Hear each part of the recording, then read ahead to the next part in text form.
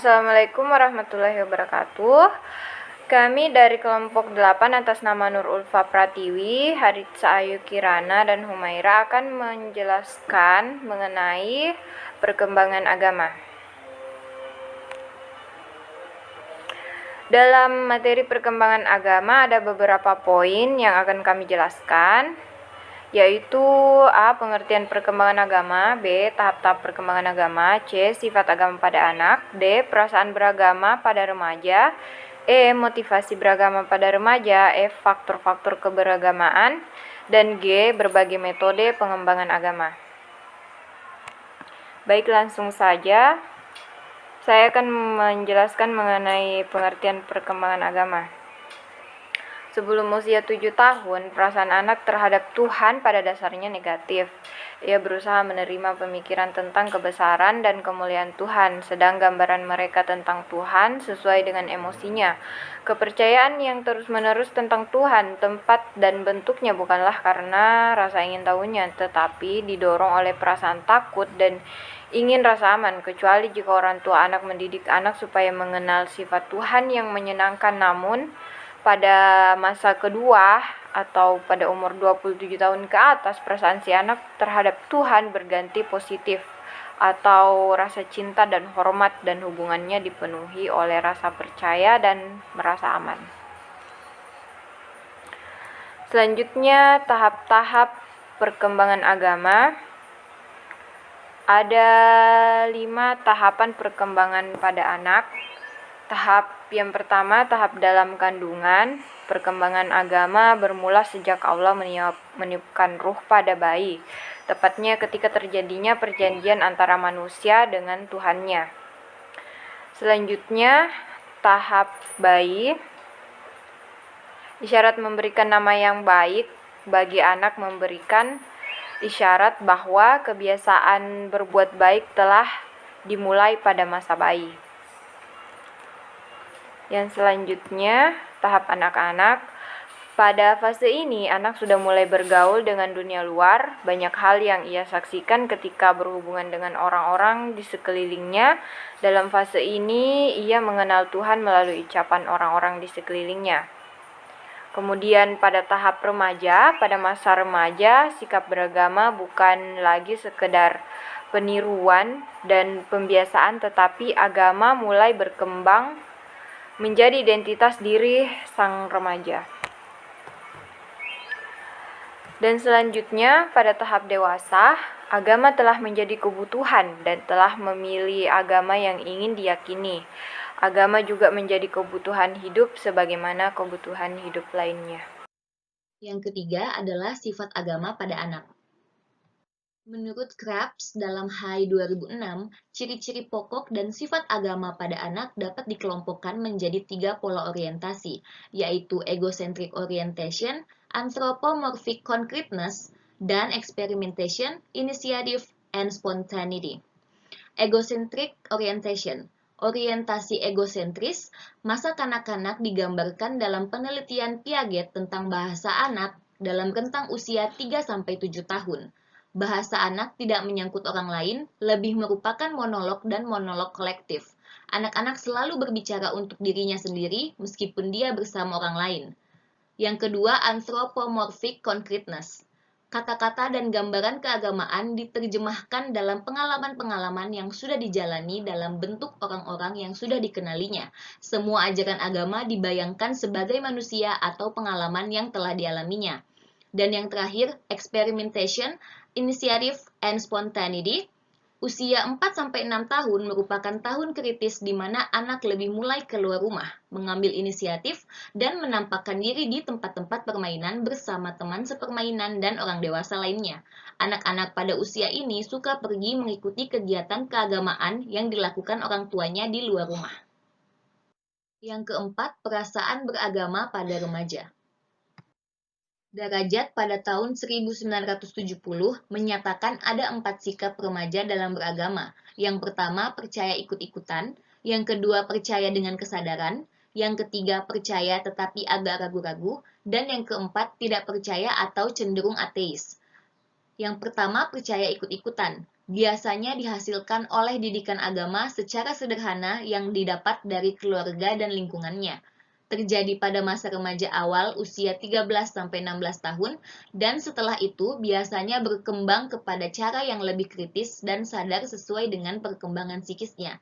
Yang kedua, percaya dengan kesadaran. Semangat keagamaan dimulai dengan melihat kembali tentang masalah-masalah keagamaan yang mereka miliki sejak kecil. Mereka ingin menjalankan agama sebagai suatu lapangan yang baru untuk membuktikan pribadinya, karena ia tidak mau lagi beragama secara ikut-ikutan saja. Biasanya semangat agama tersebut terjadi pada usia 17 atau 18 tahun. Semangat agama tersebut mempunyai dua bentuk, yaitu dalam bentuk positif dan dalam bentuk negatif.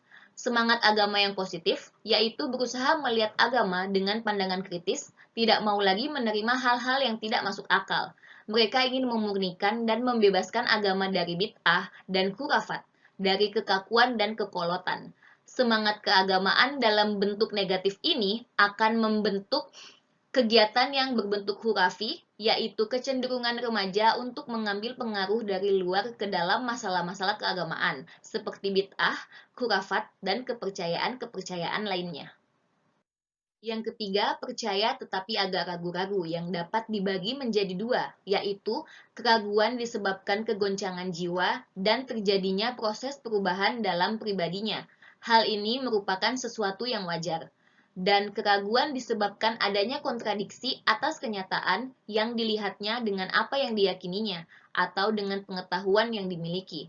Dan yang terakhir, yaitu tidak percaya atau cenderung ateis.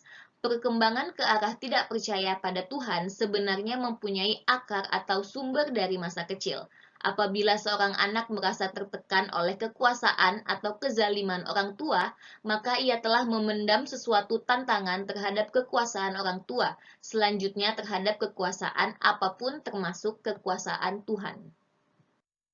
Pola perubahan minat beragama pada remaja dapat dikelompokkan ke dalam 3 periode menurut Harlock pada tahun 1990, yaitu periode kesadaran religius. Saat remaja mempersiapkan diri untuk menjadi jamaah agama yang dianut orang tuanya, minat religius mereka meninggi. Akibatnya, remaja mungkin akan berusaha mendalami ajaran agamanya, tetapi mereka mungkin menemukan hal-hal yang tidak sesuai dengan logikanya. Pada saat seperti itu, mungkin dia akan membandingkan keyakinan agamanya dengan keyakinan agama teman-temannya. Yang kedua, periode keraguan religius. Mereka mungkin meragukan sifat-sifat Tuhan dan kehidupan setelah kematian. Kepercayaan remaja terhadap sifat-sifat Tuhan banyak dipengaruhi oleh kondisi emosi mereka. Kepercayaan remaja terhadap sifat-sifat Tuhan selalu berubah-ubah, karena remaja meyakini sifat-sifat dengan penuh semangat. Pada saat lain, mereka meragukan Tuhan, bahkan mungkin tidak meyakini Tuhan atau mencari kepercayaan Tuhan pada agama lain. Bahkan, kadang-kadang remaja dapat berpindah agama. Johnson menemukan rata-rata umur konversi adalah 15,2 tahun, dengan jarak usia antara 12,7 hingga 16,6 tahun. Dan yang ketiga, periode rekonstruksi religius. Remaja membutuhkan keyakinan agama, meskipun keyakinan agama pada masa anak-anak tidak dapat lagi memuaskan keingintahuannya terhadap agama. Bila remaja merasa keyakinan agama yang dianutnya dari orang tuanya kurang memuaskan keingintahuannya terhadap agama atau Tuhan, mungkin dia akan mencari kepercayaan baru pada teman-temannya atau orang lain yang dipercayainya. Yang kelima yaitu motivasi beragama pada remaja. Motivasi beragama pada remaja menurut Lister dapat dibagi menjadi 4 jenis. Yang pertama didorong oleh rasa keinginan untuk mengatasi frustrasi yang ada dalam kehidupan. Yang kedua didorong oleh keinginan untuk menjaga kesusilaan dan tata tertib masyarakat. Yang ketiga didorong oleh keinginan untuk memuaskan rasa ingin tahu manusia atau intelek ingin tahu manusia. Dan yang keempat ingin menjadikan agama sebagai sarana untuk mengatasi ketakutan. Mas Ganti pada tahun 2011 menyatakan motivasi beragama dalam ajaran agama Islam dapat dibagi menjadi 4 motivasi, yaitu yang pertama mengharapkan cinta Allah, yang kedua melepaskan diri dari rasa putus asa dengan pertolongan Allah, yang ketiga mengharapkan kehidupan yang bahagia di akhirat, Dan yang keempat, membina hubungan baik dengan manusia. Motivasi beragama pada remaja dikelompokkan ke dalam dua kelompok, yaitu yang pertama motivasi intrinsik, yang terdiri dari rasa ketenangan dan kebahagiaan hidup di dunia dan akhirat, dan motivasi eksintrik, yang terdiri untuk mendapatkan dukungan masyarakat dan balasan surga. Faktor-faktor keberagamaan. Menurut Thales tahun 1992 mengemukakan 4 faktor keberagamaan yang dimasukkan dalam kelompok utama, yaitu pengaruh-pengaruh sosial, berbagai pengalaman, kebutuhan, proses pemikiran. Faktor sosial menyangkut pengaruh sosial dalam perkembangan sikap keberagamaan, yaitu pendidikan dari orang tua, tradisi-tradisi sosial, dan tekanan lingkungan sosial untuk menyesuaikan diri dengan berbagai pendapat dan sikap yang disepakati oleh lingkungan. Faktor yang kedua, berbagai pengalaman. Faktor pengalaman terdiri dari pengalaman hidup yang dialami seseorang ketika dia sedang menjalankan agama atau meninggalkan ajaran agama. Ada orang yang ketika dia mengalami kesulitan hidup, maka dia akan meninggalkan ajaran agamanya.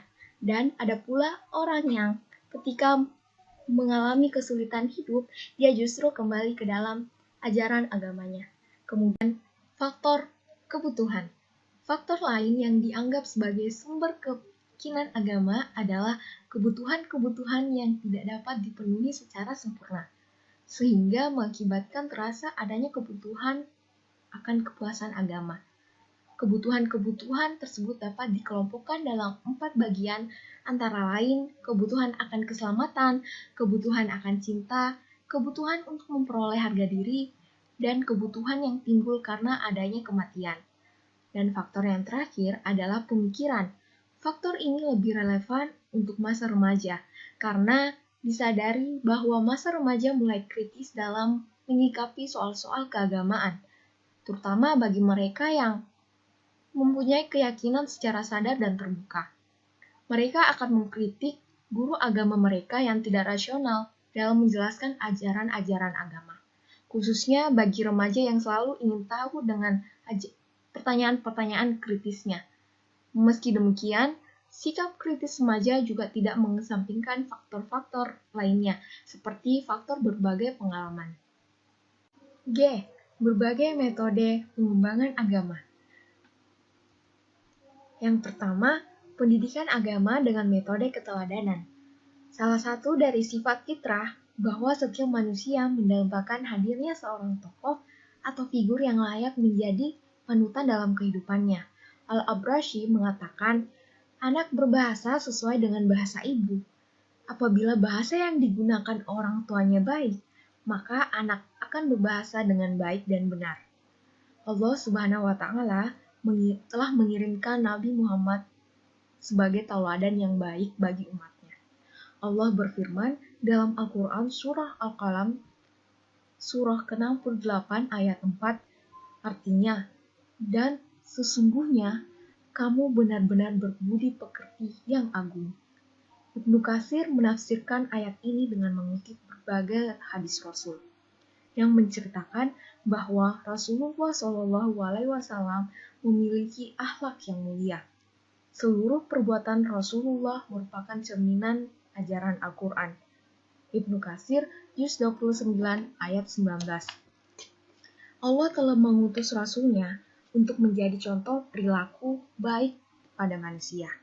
Rasulullah pernah bersabda, yang artinya, usaha seorang ayah untuk menanamkan budi pekerti yang baik terhadap anaknya lebih baik dibandingkan dengan bersedekah sebanyak 1 sah.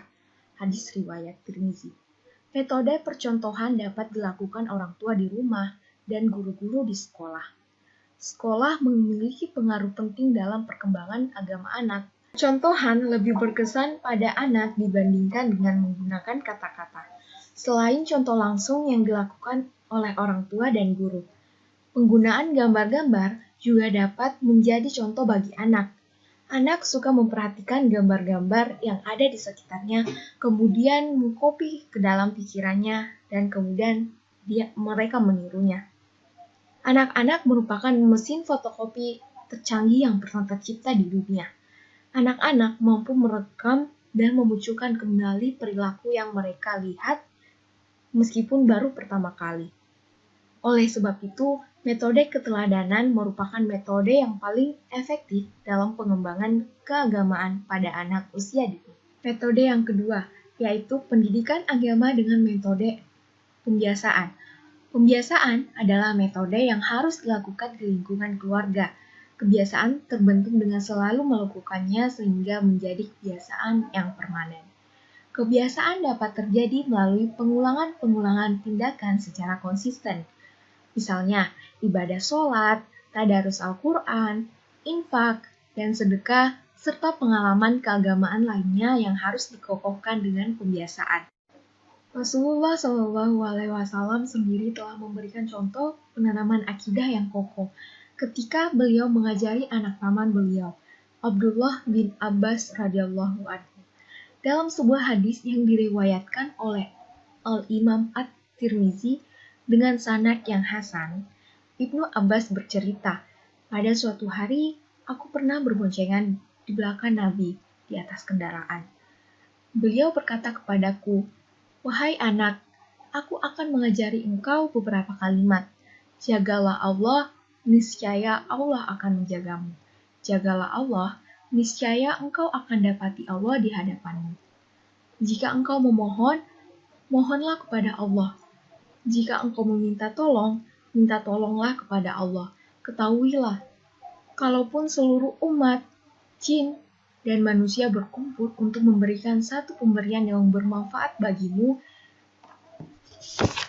tidak akan bermanfaat hal itu bagimu, kecuali jika itu telah ditetapkan oleh Allah, maka akan bermanfaat bagimu. Ketahuilah, kalaupun seluruh umat, jin dan manusia berkumpul untuk mencelakakanmu, tidak akan mampu mencelakakanmu sedikit pun, kecuali jika itu telah ditetapkan Allah akan sampai mencelakakanmu. Pena telah diangkat dan telah kering lembaran-lembaran. Pembiasaan dapat dilakukan melalui latihan secara terus-menerus. Rasulullah bersabda tentang kebiasaan makan yang baik, yang artinya, "Wahai anakku, bacalah bismillah, makanlah dengan tangan kanan, serta makanlah apa yang ada di dekatmu." Hadis riwayat Bukhari. Di dalam Al-Quran, Allah mengajarkan bahwa orang tua harus menjaga anak-anaknya dari api neraka. Quran Surah At-Tahrim, Surah ke-66 ayat 6. Cara menjaga anak-anak dari api neraka adalah dengan melakukan pembiasaan pengalaman ajaran agama sejak usia dini. Contoh-contoh kegiatan pembiasaan yang dapat dilakukan di lembaga pendidikan antara lain praktik wudhu, sholat, membaca doa-doa untuk melakukan kegiatan sehari-hari, membaca ayat-ayat suci Al-Quran, puasa, bersedekah, dan lain-lain. Yang ketiga, pendidikan agama dengan metode nasihat. Nasihat adalah sebuah keutamaan dalam beragama. Nasihat juga menjadi ciri keberuntungan seseorang sebagaimana tersirat dalam Al-Quran Surah Al-Asr, Surah ke-103 ayat 3, artinya, kecuali orang-orang yang beriman dan mengerjakan amal soleh, dan nasihat menasihati supaya menaati kebenaran, dan nasihat menasihati supaya menetapi kesabaran. Menurut Urwan, dalam menyajikan nasihat dan pengajaran, Al-Quran mempunyai 3 ciri utama sebagai berikut. Yang pertama, seruan yang menyenangkan seraya diikuti dengan kelembutan atau upaya penolakan. Yang kedua, metode cerita disertai perumpamaan yang mengandung nasihat dan pelajaran. Yang ketiga, metode wasiat. Dan yang keempat, metode nasihat. Pemberian nasihat harus dilakukan oleh orang tua, guru, dan anggota masyarakat lainnya kepada anak didik secara konsisten. Orang tua atau guru tidak boleh bosan memberikan nasihat, sebab pemberian nasihat terhadap kebenaran bagian penting dari ajaran agama. Keempat, pendidikan seks. Peserta didik usia remaja menghadapi 2 problem yang besar. Problem pertama adalah problem intern. Ini secara alami akan terjadi pada diri remaja. hasrat seksual yang berasal dari naluri seksualnya mulai mendorong untuk dipenuhi. Hal ini sangat fitrah, karena fisiknya secara primer maupun sekunder sudah mulai berkembang. Perkembangan fungsi hormon ini selalu menyebabkan remaja sulit mengendalikan diri dalam bergaul dengan lawan jenisnya. Problem yang kedua adalah problem eksternal. Inilah yang terkategorikan dalam pembentukan lingkungan tempat remaja berkiprah. Faktor penting yang membuat remaja selamat dalam pergaulannya adalah faktor pemikiran. Pemikiran adalah sekumpulan ide tentang kehidupan yang diambil dan dipenetrasikan oleh remaja itu ke dalam benaknya, sehingga menjadi sebuah pemahaman yang mendorong setiap perilakunya. Pemikiran penting yang membentuk remaja adalah makna kehidupan, standar kebahagiaan hidup, dan standar perilaku. Di dalam Al-Quran, Allah mengajarkan bagaimana mendidik pergaulan antar lawan jenis. Allah berfirman dalam Al-Quran surah An-Nur, surah ke-24 ayat 30 sampai ayat 31. Bahkan, Allah Subhanahu wa Ta'ala mengajarkan tata krama pergaulan antara anggota keluarga yang berbeda jenis kelamin agar tidak terjadi hubungan seks antara anggota keluarga. Dengan mengatur tata cara memasuki wilayah-wilayah pribadi tiap anggota keluarga seperti kamar tidur, ajaran tersebut terdapat dalam firman Allah dalam Al-Quran surah An-Nur, surah ke-24 ayat 58, artinya, hai orang-orang yang beriman, hendaklah budak-budak lelaki atau lelaki dan wanita yang kamu miliki dan orang-orang yang belum balik di antara kamu meminta izin kepada kamu 3 kali dalam satu hari, yaitu sebelum sembahyang subuh, ketika kamu menanggalkan pakaian luarmu di tengah hari dan sesudah sembahyang isya, itulah 3 aurat bagi kamu.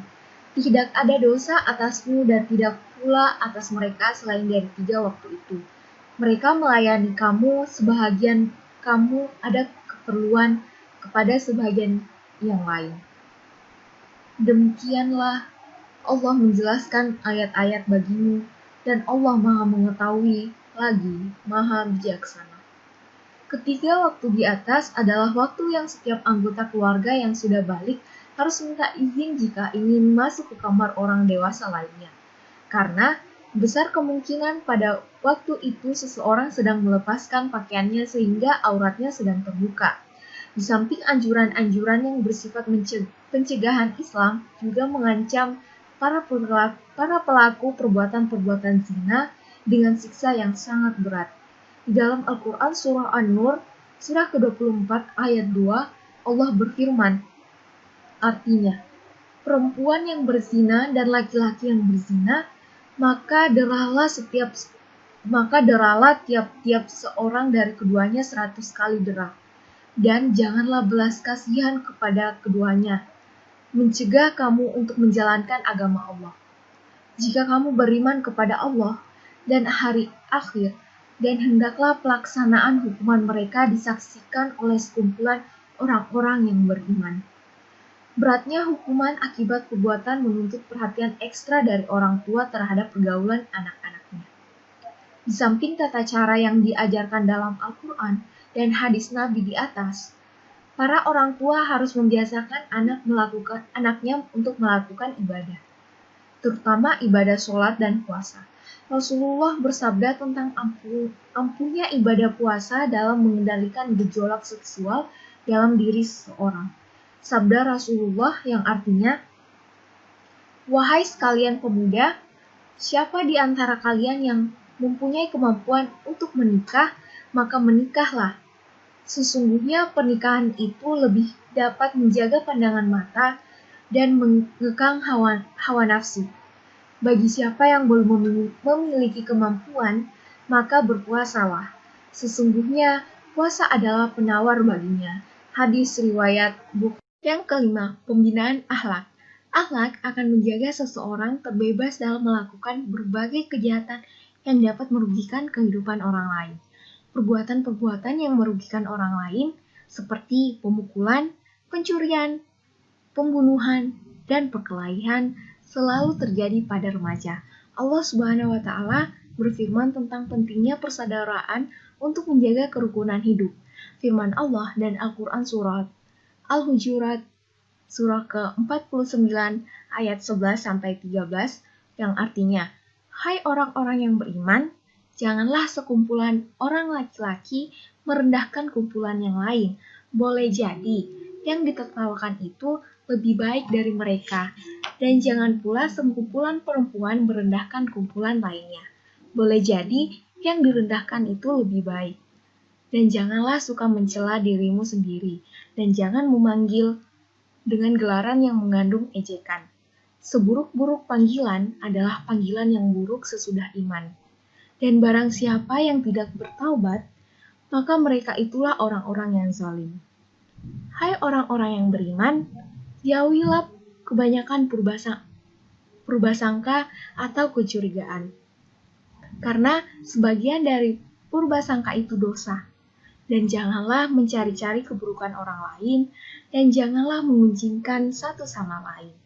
Adakah seorang di antara kamu yang suka memakan daging saudaranya yang sudah mati?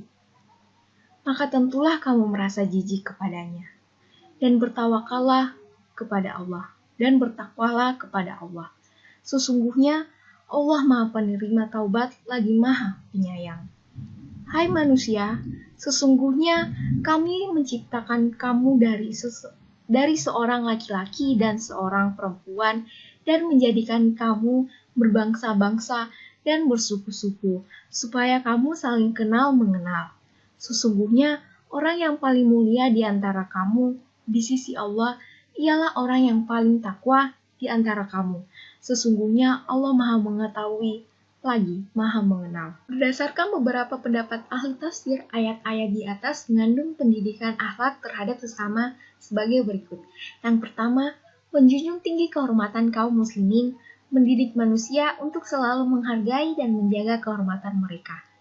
Pendidikan yang dapat mewujudkan sikap menjunjung tinggi kehormatan kaum muslimin dapat dilakukan dengan menggunakan metode keteladanan dalam keluarga. Remaja yang dapat menghormati orang lain adalah remaja yang hidup di dalam lingkungan keluarga yang saling menghormati. Di samping metode keteladanan, metode kisah, metode nasihat, dan metode pembiasaan dapat dilakukan untuk menumbuhkan sikap menjunjung tinggi kehormatan orang lain. Yang kedua, taubat mendidik manusia agar senantiasa mensucikan jiwa mereka, sehingga wujud dari tobat dengan beramal saleh dapat dilaksanakan dalam kehidupannya. Dalam rangka menanamkan sikap bertaubat pada remaja, maka orang tua atau guru pendidik sebaiknya menggunakan beberapa metode. Metode pembiasaan dan metode ceramah.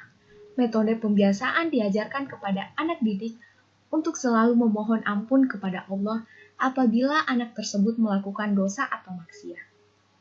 Misalnya, jika anak tersebut berkata kasar, maka harus dibiasakan dengan kalimat ampunan, yaitu mengucap istighfar, astagfirullahaladzim, sebagai pembiasaan untuk selalu melakukan taubat jika melakukan dosa atau maksiat.